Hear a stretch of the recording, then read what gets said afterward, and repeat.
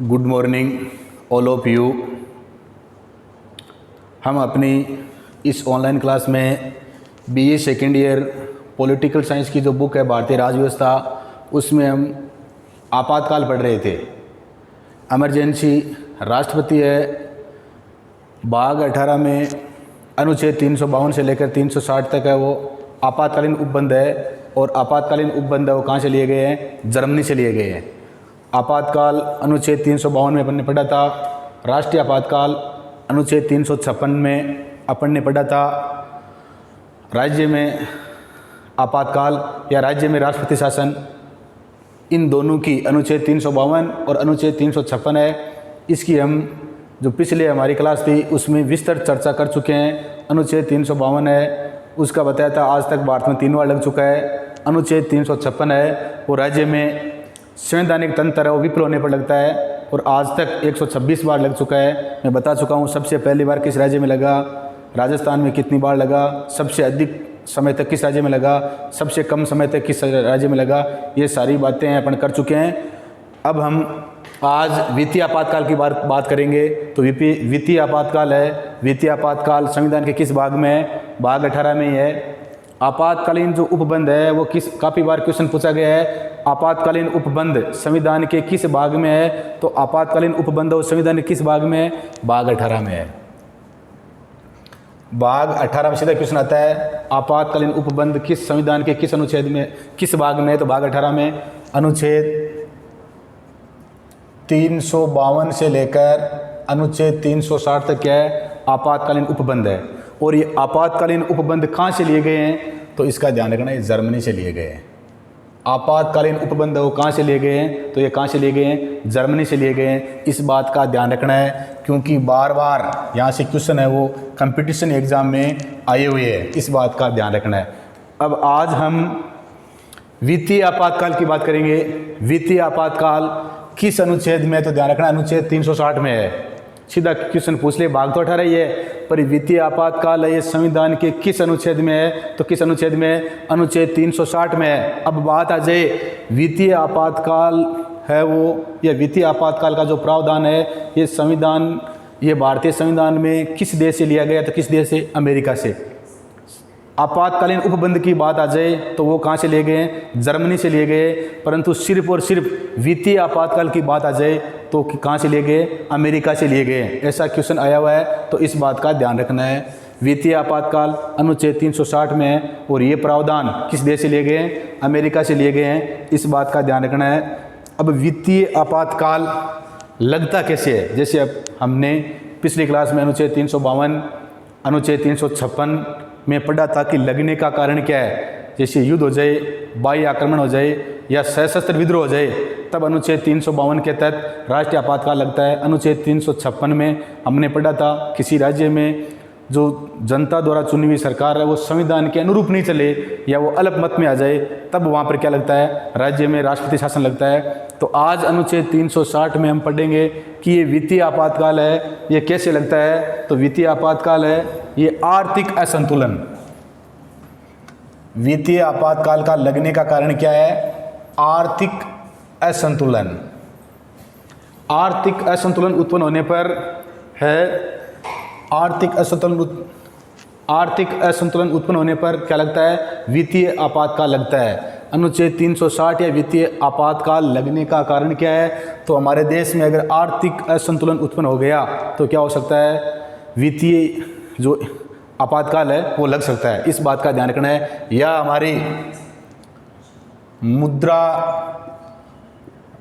हमारे देश की जो साख है वो गिर जाए, इसका मतलब यही होता है आर्थिक रूप से असंतुलन उत्पन्न होने पर क्या हो जाता है? वित्तीय आपातकाल लगता है। तो इस बात का ध्यान रखना है। वित्तीय आपातकाल अनुच्छेद 360 में, ये वित्तीय आपातकाल है वो कहाँ से लिया गया है? अमेरिका से लिया गया है। और इसका लगने का कारण क्या है? आर्थिक असंतुलन उत्पन्न होने पर, या मुद्रा या साख है इसके खत्म होने पर या समाप्त होने पर क्या लगता है? वित्तीय आपातकाल लगता है। इस बात का ध्यान रखना है। अब लगने का कारण वित्तीय आपातकाल लगता कैसे है? तो मैंने बताया था कि जो 44वां संविधान संशोधन 1978 में हुआ था, और उसमें हमने पढ़ा था कि ऐसी व्यवस्था कर दी गई थी कि अब आपातकाल है ये तभी लगेगा जब केंद्रीय मंत्रिमंडल लिखित में परामर्श देगा।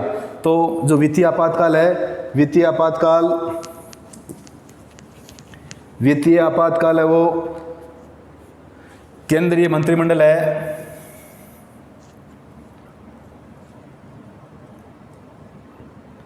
केंद्रीय मंत्रिमंडल है वो लिखित में परामर्श देगा। केंद्रीय मंत्रिमंडल वो क्या देगा? लिखित में परामर्श देगा, तब वित्तीय आपातकाल लगेगा। वित्तीय आपातकाल अनुच्छेद 360 के तहत लगता है। लगने का कारण है वो आर्थिक असंतुलन उत्पन्न होने पर लगता है। और केंद्रीय जो मंत्रिमंडल है वो राष्ट्रपति को क्या देगा? लिखित में परामर्श देगा, तब है वो राष्ट्रपति इसकी क्या करेगा? राष्ट्रपति इसकी घोषणा करेगा। राष्ट्रपति क्या करेगा? इसकी घोषणा करेगा। इस बात का ध्यान रखना है, वित्तीय आपातकाल आर्थिक असंतुलन उत्पन्न होने पर लगता है। और अगर देश में आर्थिक असंतुलन उत्पन्न हो गया, हमारी जो वित्तीय व्यवस्था या मुद्रा व्यवस्था अगर साख है, इस पर अगर असंतुलन हो गया तो केंद्रीय मंत्रिमंडल है और राष्ट्रपति को लिखित में परामर्श देगी और राष्ट्रपति है वो इसकी क्या करेगा? घोषणा करेगा।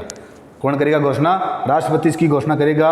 और वित्तीय आपातकाल है ये संपूर्ण भारत में, वित्तीय आपातकाल संपूर्ण भारत में लागू होता है।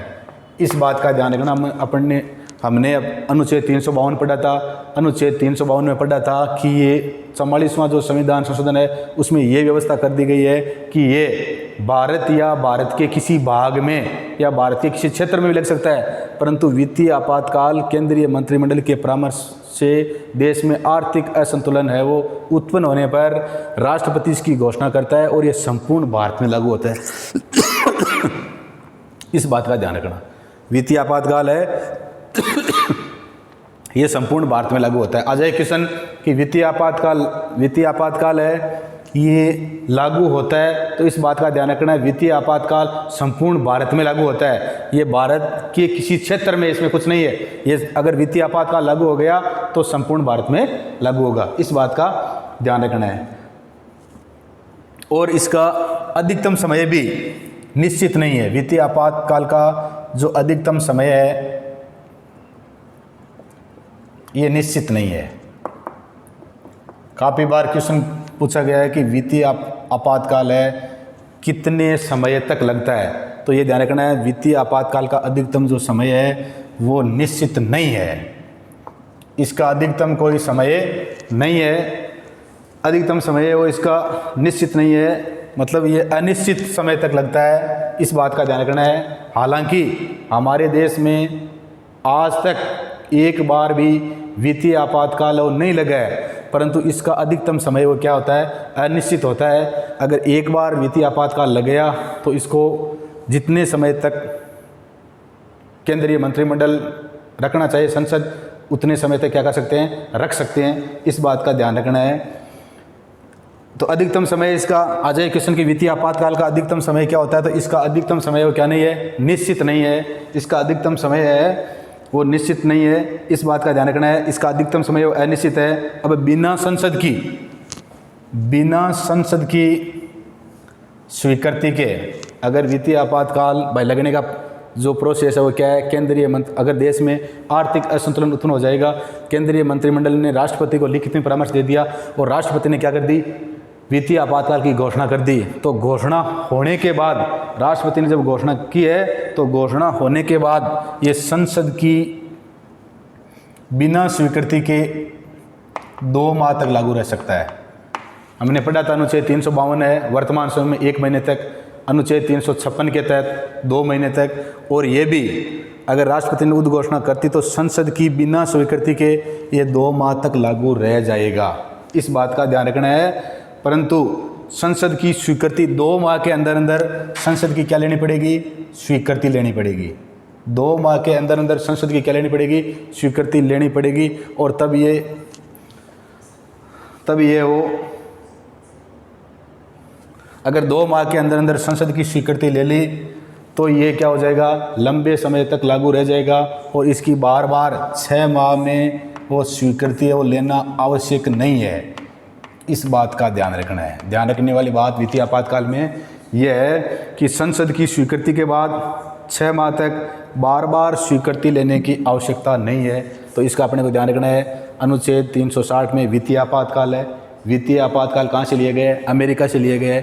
लगने का कारण क्या है? अगर देश में आर्थिक असंतुलन उत्पन्न हो गया, जिस प्रकार से अभी कोरोना महामारी चल रही है और देश में सारी जो हमारी जो आर्थिक स्थिति है वो कमज़ोर हो गई है, तो इसका लगने का कारण यही है, आर्थिक असंतुलन उत्पन्न हो जाए, मुद्रा और शाख गिर जाए, तब ये लगता है। और लगाते कौन है? केंद्रीय मंत्रिमंडल लिखित में राष्ट्रपति को परामर्श देते हैं, उसके बाद में राष्ट्रपति घोषणा करता है। और ये जो वित्तीय आपातकाल है ये संपूर्ण भारत में लगता है, भारत के किसी क्षेत्र में नहीं। अगर इसकी घोषणा हो गई तो ये संपूर्ण भारत में लगता है और इसका अधिकतम समय वो निश्चित नहीं है। पूछ ले कि वित्तीय आपातकाल अधिकतम कितने समय तक लागू रह सकता है, तो इसका अधिकतम कोई समय निश्चित नहीं है, अनिश्चित है ये। और ये संसद की अगर राष्ट्रपति ने उद्घोषणा कर दी तो उद्घोषणा करने के 2 महीने तक ये क्या रह जाएगा? जिस प्रकार से आज है, आज 17 जुलाई है, आज के दिन अगर राष्ट्रपति ने वित्तीय आपातकाल की घोषणा कर दी तो 17 जुलाई से 17 अगस्त और 17 सितंबर मतलब 16 सितंबर तक ये अपने आप ही वित्तीय आपातकाल लागू रहेगा। परंतु 16 सितंबर तक अगर हमारी संसद ने इसको स्वीकृति नहीं दी तो ये अपने आप ही क्या हो जाएगा? अपने आप ही ये ख़त्म हो जाएगा, समाप्त हो जाएगा। और अगर इसको 2 माह के अंदर अंदर संसद ने स्वीकृति दे दी तो फिर इसको जितने समय तक चाहे उतने समय तक क्या रखा जा सकता है? लागू रखा जा सकता है। इसको बार बार 6 महीने से स्वीकृति लेना आवश्यक नहीं है। ये बात ध्यान रखने वाली है। अगर एक बार ये लग गया तो इसको जब तक समाप्त नहीं किया जाए तब तक इसको लागू रखा जा सकता है। और इसको बार बार संसद की वो स्वीकृति है जो 6 माह से लेना जरूरी है, वो आवश्यक नहीं है। इस बात का ध्यान रखना है। तो अनुच्छेद अपन ने आज अनुच्छेद 360 के बारे में पढ़ा, इसमें वित्तीय आपातकाल है और वित्तीय आपातकाल के बारे में ये जो बातें हैं हमने इनकी जानकारी हासिल की। इस बात का ध्यान रखना है, आज तक वित्तीय आपातकाल नहीं लगा है। धन्यवाद।